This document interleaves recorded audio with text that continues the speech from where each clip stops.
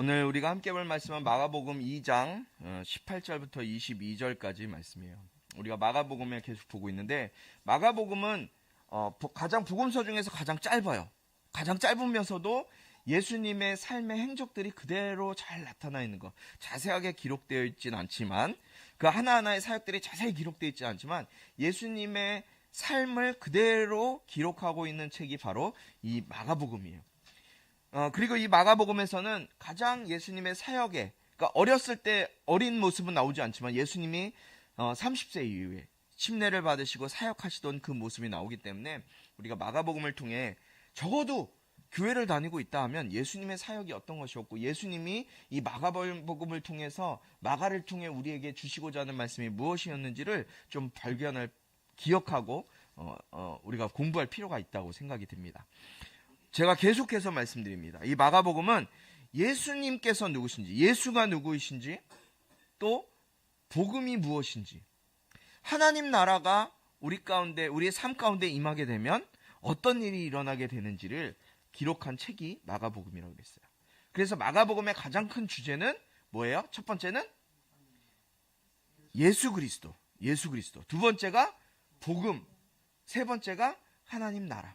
이 세 가지를 기억하시면 이가 마가복음의 전체적인 내용이 바로 이 세 가지에 딱 압축되어 있어요. 자, 우리가 지난주에 이 예수님께서 레위를 부르셨죠. 레위와 그의 친구들을 부르셨어요. 죄인이었지만 세리면서 당시의 유대인들에게는 죄인이라고 불렸던 이 레위였지만 예수님께서 이 레위를 부르셨잖아요.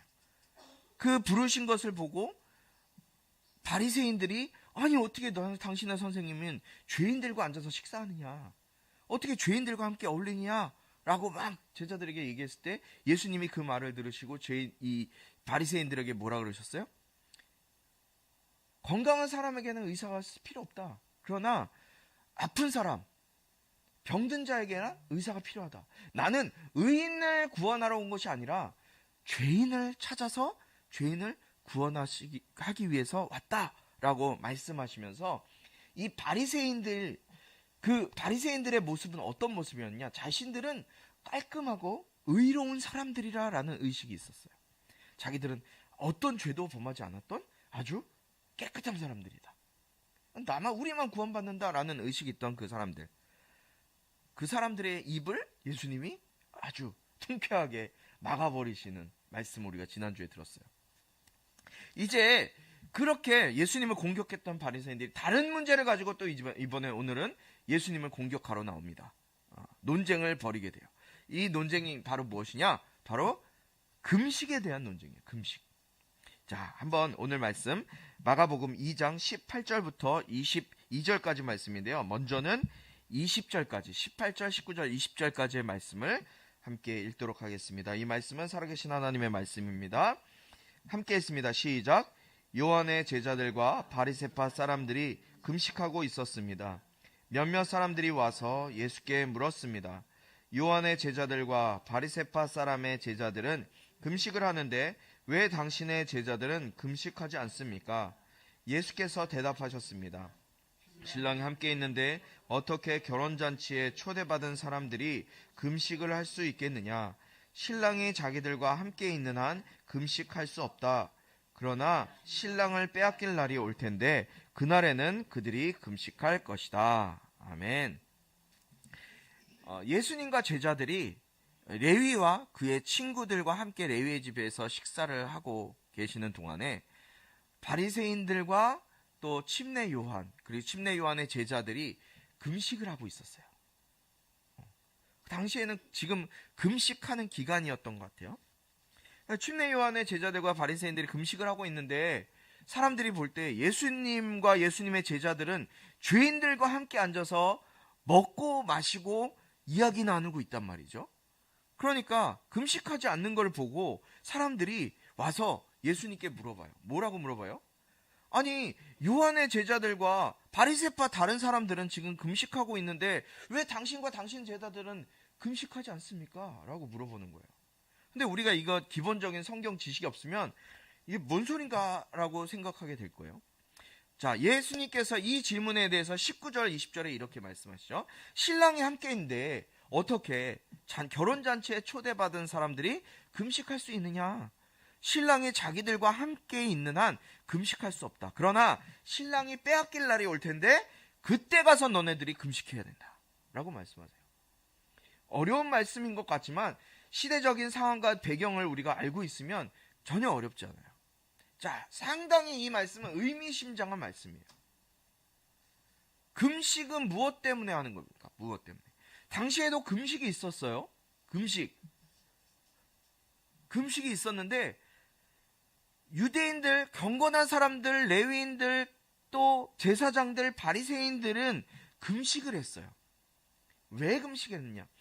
지금은 우리가 금식할 때 어떤 절기에 금식하진 않잖아요. 뭐 이렇게 금식할 때 되면 우리가 조금 있으면 이제 고난주간이 찾아오게 되는데, 지금 사순절을 우리가 보내고 있잖아요. 고난주간이 되면 고난주간에 보통 금식을 하지만 율법에 기록되어 있지 않아요. 고난주간에 너네 금식해라 이렇게 기록되어 있지 않아요.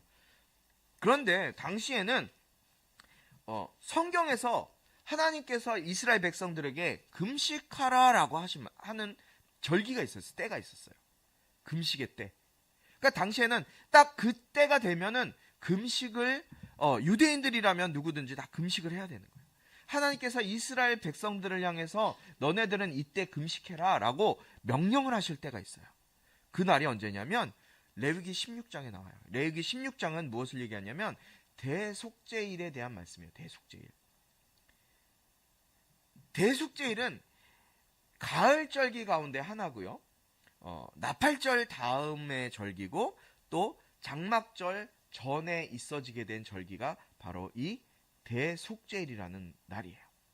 이 대속죄일은 1년 동안에 자기의 모든 죄를 하나님 앞에 가지고 나와서 자기의 죄를 자기가 가지고 나온 그 짐승, 양이면 양, 또 돈이 없는 가난한 사람들이면은 그 가난한 사람들도 최소한 어린 양을 가지고 나와야 돼요. 대속죄일에는.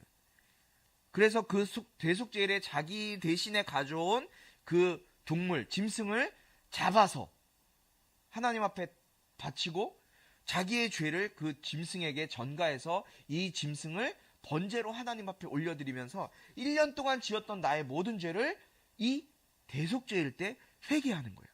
그리고 여러분들 나중에 배우시게 될지 모르겠지만 이 대속죄일의 특별한 거는 아사셀 염소라는 것이 있어요. 그래서 자기의 죄를 전가한 염소를 이 성전 밖에 광야로 내보내요. 이 광야로 나간 염소가 이 이스라엘 백성들의 모든 죄를 담당하고 나가는 거예요. 그런데 여러분들 광야로 나가게 되면 당시에는 들짐승들이 많았기 때문에 이 아사셀 염소가 그냥 아무 보호 없이 그냥 나간다는 얘기는 그냥 잡혀서 죽는다는 거예요. 그렇게 아사셀 염소의 죽음을 통해서 이스라엘 백성들이 지고 있던 1년 동안 지었던 그 모든 죄들을 다 용서받게 되는 그런 상징적인 의미로 이 대속죄일이 진행되어졌어요. 그런데 레위기 16장에 하나님께서 이 하루 동안 너희들이 금식할 것인데 물도 마시지 말고 금식해라고 했어요. 그러니까 이 대속죄일은 우리는 금식할 때 보통 물 마시면서 금식하잖아요. 그런데 이 유대인들의 대속죄일 금식은 물도 마시지 않고 하루 동안 금식을 행하는 거예요. 그런데 왜 하나님께서 이스라엘 백성들을 향해서 금식하라고 하셨을까요? 왜? 우리는 여러 가지 이유로 금식을 하는데 이스라엘 백성들에게 금식하라고 하신 이유가 있다고요.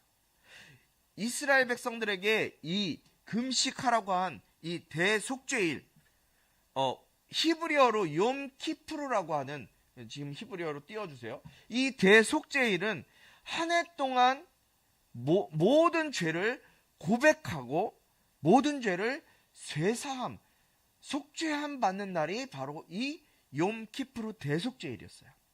그러니까 대제사장은 1년에 딱 한 번 이 대속죄일에 지성소에 들어가요. 성소가 아닌 지성소에 들어가서 양과 소의 피를 뿌려서 백성들의 죄를 속하도록 한 날이 이 대속죄일인데, 이처럼 금식이라는 것은 뭐와 연관되어 있냐면 죄와 관련돼 있는 거예요. 죄와 관련돼 있어요. 금식은 뭐와 관련돼 있다고요? 죄와 관련돼 있다는 거예요. 죄를 회개하고 죄 사함을 받고 우리가 지었던 그 죄를 애통하는 마음으로 하나님 앞에 금식하는 것이 바로 대속죄일 금식이에요. 그리고 유대인들에게 또 다른 금식이 있었어요. BC 586년도에 어떤 일이 있었냐? 바벨론의 느부갓네살 왕이 이스라엘을 완전히 멸망시키는 날이 있었어요.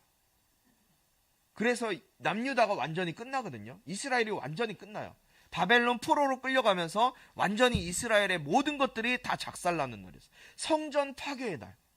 그런데요, 여러분, 이스라엘 백성들, 유대인들의 머릿속에는, 그들의 믿음 속에는 어떤 믿음이 있었냐?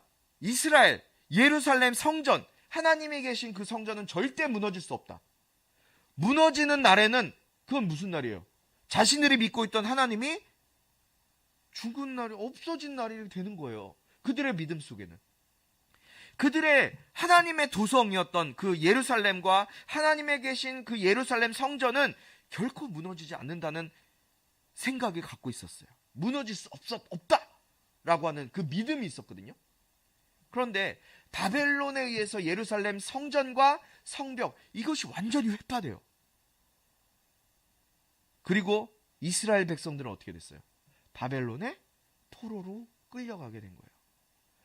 우리가 선지자들의 이야기를 듣잖아요. 이사야 선지자도 마찬가지고, 구약에 나오는 선지자에 기록된 내용은 바로 이 이스라엘 백성들이 바벨론에 끌려갔던 그때의 내용들을 기록하고 있는 말씀들이 대부분 이 선지자들의 기록이에요. 유대인들은 하나님의 통치의 그 상징이었던 예루살렘 성전이 무너졌다는 것, 이것은 그들에게 자신들이 지금 조상 대대로 믿고 있던 하나님이 계신 거야, 안 계신 거예요? 안 계신 거나 마찬가지라는 거예요. 아니, 하나님으로부터 지금까지 자신들을 돌봐주시고 자신들을 지켜주셨는데 이스라엘 성전도 무너지고 성벽도 무너지고 이스라엘 완전히 무너지고 내 삶의 터전이 다 무너지고 바벨론의 포로로 끌려가 버리게 된 것. 하나님이 다른 신에게 져버리게 된 거예요, 어떻게 보면. 그런데 이들이 바벨론에 끌려가서 바벨론 포로 생활, 70년간의 포로 생활을 하면서 경험하면서 선지자들의 말씀을 통해서 또 그들이 그곳에서 포로 생활하면서 하나님의 말씀을 다시 한번 연구하고 보면서 깨달은 것이 있었어요. 그들이 포로 생활하면서 깨달았던 것이 무엇이에요? 나는 하나님의 자녀였는데, 하나님의 백성이라고 불린 자들이었는데 내가 하나님을 떠났구나. 하나님께 죄를 지었구나. 하나님의 율법을 내가 저버렸구나. 하나님의 율법의 말씀을 내가 한 번도 지키지 않았구나 라는 것을 깨달았어요. 그것 때문에 이스라엘이 멸망했구나. 이사야 선지자와 많은 선지자를 통해서 계속해서 말씀을 하셨어요. 이사야 선지자의 그 66장에 되는 성경 말씀, 그 말씀 속에서 하나님이 계속해서 이스라엘에게 주는 말씀이 뭔지 아세요? 너희들은 망할 것이다. 다른 것 의지하면 망할 것이다. 그런데 바벨론 포로로 끌려갈 것이다. 그리고 거기서 70년간 살 것이다. 그런데 너희 그것 끝이 아니라 내가 다시 너네들을 돌아오게 할 것이다. 포로에서 돌아오게 할 것이다. 너희들 구원해 줄 것이다. 살릴 것이다. 라고 하나님이 그들에게 희망과 소망을 줘요. 이스라엘 백성들이 포로 생활하면서 고난과 어려움을 경험하면서 경험했던 것, 그들이 깨달은 것, 내가 죄를 지었구나. 내가 죄를 지었구나. 그러면서 자신들의 죄를 회개하고 통곡하면서, 여러분 아까 좀 전에 사진 보셨죠? 한번 보여주시겠어요? 그 욤키푸르 사진. 저게 뭐냐? 예루살렘 성벽의 서쪽 벽에 가면 통곡의 벽이라고 있어요. 그때 당시에 무너졌던 예루살렘 성벽의 성전의 한쪽 벽, 저곳이 남아있어요. 그래서 지금 저곳에서도 여러분들 매일 이스라엘 사람들이 몰려와서 이 빵떡 모자, 이거 아시죠? 이 빵떡 모자를 쓰고 젊은 아이들이 그곳에서 성인식을 하면서 그냥 서서 말씀을 읽어요. 기도해요. 금식해요. 제 사진을 좀 넣고 싶은데 그냥 안 넣었어요. 저도 여기 가서 기도했거든요. 이 통곡의 벽이라 그래요. 이스라엘에 무너진 이 상황. 지금 이스라엘이 얼마나 어려움을 당하고 있습니까? 지금까지도. 그런데 이스라엘 백성들이 그 바벨론 포로 생활 70년 하고 다시 돌아왔어요. 돌아와서는 그 자신들의 죄를 깨닫고 얼마나 철저하게, 정통 유대인들은요 지금도 철저하게 그 율법을 지키고 자신들의 죄를 회개하고 하나님 앞에 나아가는 모습을 볼 수 있어요. 금식하면서 기도하는 모습을 볼 수 있어요. 그런데 왜 유대인이었던 예수님과 예수님의 제자들은 금식을 하지 않았을까요? 유대인이면 분명히 하나님께서 명령하셨기 때문에 금식을 해야 되잖아요. 그런데 왜 예수님의 제자들은 금식을 하지 않았을까요? 그런데 예수님께서요, 오늘 19절, 20절 말씀에 비유로 말씀하신 이것, 19절에 말씀하신 이것, 이 비유로 말씀하신 게 무슨 의미가 있을까요? 지금까지 이 유대인들, 이스라엘 백성들은 수천 년간 그들이 바라고 기다렸던 건 뭐예요? 메시아. 자신들을 구원해줄 메시아. 메시아가 오기를 수천 년간 기대하고 고대했어요. 로마에게 빼앗겼어요. 지금 이 마가복음이 쓰여졌던 이 당시의 시대상을 보면 로마에게 이스라엘이 빼앗겼다고요. 그 로마에게 빼앗긴 자신들의 나라, 자신들의 주권을 회복시키고 자신들이 겪고 있는 그 아픔들과 병들을 회복 치료하시고 죄사함을 줄 것이라고 믿고 기도했던 그 금식했던 그 금식. 그런데요, 그게 바로 지금 이 유대인들이 하고 있던 모습이었어요. 금식이었어요. 다른 말로 오늘 19절에 기록되어 있는 걸 보면 유대인들은요, 메시아인 신랑을 기다린, 신랑이신 메시아를 기다린 신부들이 바로 유대인들이었어요. 자, 신부들은 신랑을 기다려야 돼요. 당시에 이런 결혼 문화는, 팔레스타인의 결혼 문화는요, 신랑이 와야지 결혼식이 진행되는 거예요. 근데 언제 올 줄 몰라요. 그래서 우리가 신약 성경에 예수님의 비유 속에 나오는 기름을 들고 기름을 준비한 그 여인들, 그 이야기가 바로 여기서부터도 연결되는 거예요. 결혼식을 하려면 신랑이 와야 되는데 언제 올 줄 알 수 없는 거예요. 신랑이 와야지만 결혼식이 진행되는데. 그럼 신부들은 뭐 하는 거예요? 신랑이 오는 것을 기다리는 거예요. 결혼 날짜가 잡히면 그냥 기다리는 거예요. 신랑이 언제 올지 모르니까. 신랑을 기다리는 신부들. 그러니까 유대인들은 아직까지 신랑을 계속해서 기다리고 있는 거예요. 지금도 신랑 메시아가 오실 것을 기다리고 있는 거라고요. 그런데 그렇게 기다리고 있는 신부들인데 이미 신랑이 왔어요, 안 왔어요? 이미 신랑이 왔어요. 신랑 대신 예수님이 이미 이 땅에 오셔서 사역을 하고 계시다고요. 그러니까 신랑 대신 예수님이 이 땅에 오셨으니 신부들이 더 이상 금식하면서 신랑을 기다릴 이유가 있어요? 없잖아요. 금식할 이유가 없는데 금식하고 있는 그 이스라엘 사람들이 안타까운 거예요. 예수님은 지금 그것을 비유로 말씀하시는 거예요.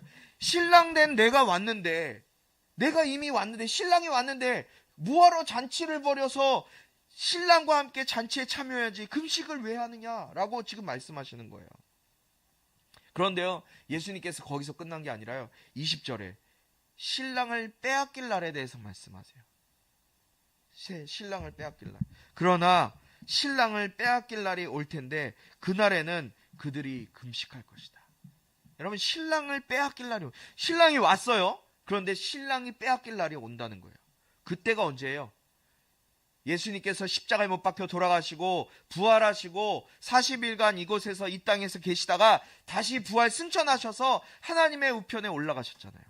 그리고 지금 예수님이 계시지 않아요.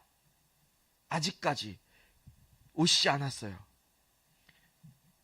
예수님이 떠나시고 우리를 유혹하고 우리를 믿음에서 떠나게 하도록 할 때, 즉 예수님이 지금 이 땅에 계시지 않아서 지금과 같은 때, 우리가 살아가고 있는 지금 우리가 살아가고 있는 이때 우리를 믿음에서 떠나게 하려고 하고 죄와 사망의 권세가 세상을 지배하고 악한 세력들과 악한 것들 그것들이 우리 안에 역사할 때 우리가 금식해야 된다. 너네들이 금식할 때가 올 것이다 라고 예수님이 말씀하시는 거예요.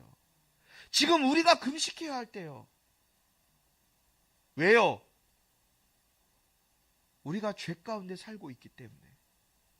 죄 가운데 죄악된 악한 영의 세력이 우리를 가만두지 않기 때문에 우리는 금식해야 되는 거예요. 여러분, 금식은 좋은 점들이 있어요. 힘들어요. 육신적으로 힘들어요. 저도 40일 금식 해봤잖아요. 안 믿어져요? 40일 금식 했어요. 40일 금식하는 중에 민성이가 생겼어요. 뭐 40일 금식, 21일 금식, 3주 금식은 몇 번씩 했어요. 그 금식을 하면서 몸이 힘들지만 우리에게 굉장히 좋은 영향력을 끼치는 것이 금식이에요. 뭐예요? 하나님을 찾도록 해주는 게 금식이에요. 힘드니까. 물론 힘들기 때문에 예수의 이름을 의지하지 않으면 내 의가 막 튀어나오고 욕심이 화가 나고 막 이럴 텐데 그 금식을 주님을 찾으면서 금식하면 하나님을 찾는 게 되는 거예요. 하나님을 온전히 의지하게 되는 거예요. 그리고 우리의 육신의 욕망에서 점점 벗어지게 돼요. 내가 이 몸이 힘드니까 육신적으로 우리의 욕망, 욕구들이 사라지게 되는 거예요. 귀신, 악한 영이 우리를 못 살게 할 때 우리에게 영향을 끼치는 그런 악한 영들을 몰아낼 수 있는 힘이 금식과 기도로부터 나온다 그랬어요. 예수님이 이런 류의 능력은 어디서 나오냐? 금식과 기도 외에는 이런 능력을 행할 수 없다라고 말씀하셨잖아요. 그런데 중요한 것은 지금 유대인 종교 지도자들이 하고 있는 금식은 아직도 오실 신랑을 찾고 있는 것뿐이라는 거예요. 이미 신랑은 오셨는데 그 신랑을 아직도 찾아다니고 있다는 거예요. 신랑을 빼앗길 날에 해야 할 금식이 무엇입니까? 그럼 우리가 신랑을 빼앗길 날에 해야 할 금식. 그 금식은 다시 오실 신랑, 다시 오실, 즉 재림하실 예수 그리스도를 기다리면서 우리를 구원해 주시길 위해서 금식하라고 말씀하시는 거예요. 새로운 시대를 말씀하고 있는 거예요. 그러면서 21절과 22절에 예수님께서 이런 비유로 말씀하세요. 우리 함께 21절, 22절 말씀 함께 읽습니다. 시작.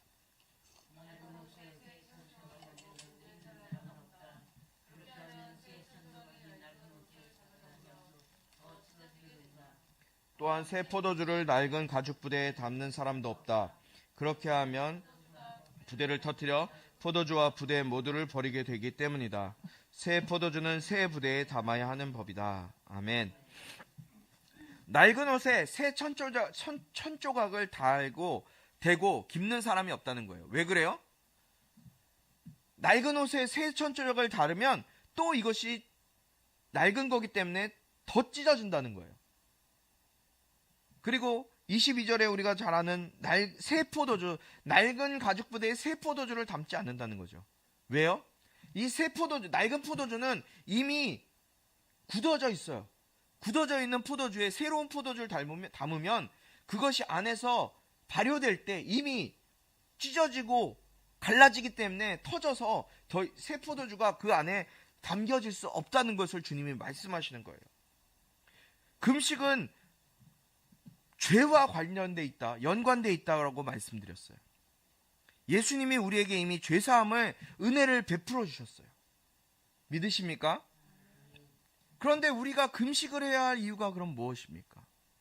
우리의 죄 때문이 아니라 우리의 육신의 연약함, 그 연약함을 우리가 이겨낼 능력이 없기 때문에 우리를 넘어뜨리려고 하고 쓰러뜨리려고 하는 악한 영의 세력들이 우리에게 없기 때문에 그것들을 돌파할 수 있는 영적인 권세, 영권을 달라고, 우리에게 구원의 은혜를 달라고 주님께 기도하고 금식하는 것이에요. 그것을 위해서 금식하라고 하는 거예요. 당시에 금식하는 자들을 향해서 예수님이 책망하셨어요. 왜 책망하셨어요? 그들이 하는 금식은 외식하는 금식이었기 때문에요.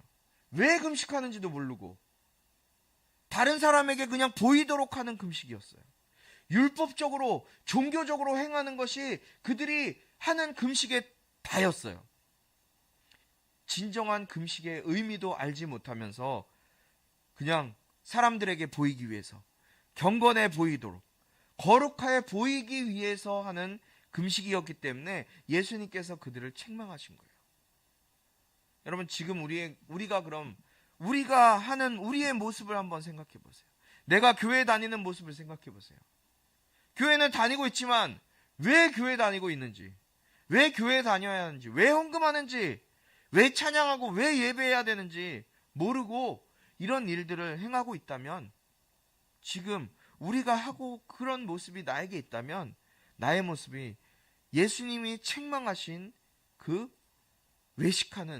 외식하면서 금식하는 바리새인들의 모습과 뭐가 다르겠습니까? 사랑하는 성도 여러분, 주님은 새 포도주는 새 부대에 담아야 한다고 말씀하셨어요. 율법에 얽매여 있던 삶에서 예수가 회복해 하는 삶으로, 의미를 알지 못하고 습관적으로 형식적으로 하고 있던 신앙생활에서 나를 향한 주님의 구원의 은혜와 그 사랑에 감격하여서 주님께 나의 모든 것을 드리겠다는 새로운 마음으로 주님 앞에 나아가는 삶으로 우리의 삶이 변화되길 원해요.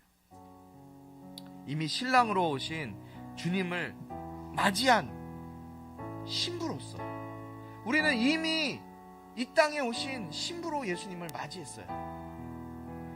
그 맞이한 신부로서 새로운 포도주를 새 부대에 담아내는 저와 여러분들이 되길 바라요. 여러분, 지금 우리가 살아가는 이 세상, 지금 우리가 살고 있는 이 코로나 시대 얼마나 힘들고 어렵습니까? 여러분, 주님은 저희에게 샬롬을 주시기 원하세요. 샬롬. 진정한 평화를 주시기 원하신다. 코로나로 경제적으로 또 건강적으로 다양한 어려움 가운데, 고통 가운데 있을지도 모르지만 오늘 주님은 우리에게 샬롬으로 평안을 주시고 그 평안을 예수의 이름으로 누리기를 원하시는 분이라는 사실을 저와 여러분들이 오늘 이 찬양을 통해 좀 깨달았으면 좋겠어요. 우리 이 찬양 같이 좀 나누도록 할까요? 샬롬이라는 찬양인데요. 우리가 잘 아는 것처럼 이 샬롬은 평안을 준다라는 뜻이에요. 평안. 이스라엘 사람들이 인사하는 샬롬, 그것은 오늘도 샬롬. 매일 적으로부터 공격받고 광야에서 어려움을 당하고 하던 그 이스라엘 백성들에게 너에게 정말 하나님의 샬롬이 있길 원한다. 하나님의 평안이 있길 원한다. 그 의미가 담아있는 단어가 바로 이 샬롬이에요. 예루샬렘의 샬렘도 마찬가지. 우리 찬양 같이 한번, 예수 그리스도의 은혜와 하나님 아버지의 극진하신 사랑과 성령의 감화 감동 치유 회복 세워주심의 은혜가 이 시간 샬롬의 예수의 이름을 의지하며 그 예수의 이름에 붙들림 받아 샬롬의 삶을 살기로 작정하는 모든 성도들 가운데, 이 나라 대한민국 가운데 북한의 지하교회 성도들과 열방의 복음 들고 나가 있는 선교사님들의 삶 가운데 지금부터 영원토록 함께하기를 축원하옵나이다. 아멘.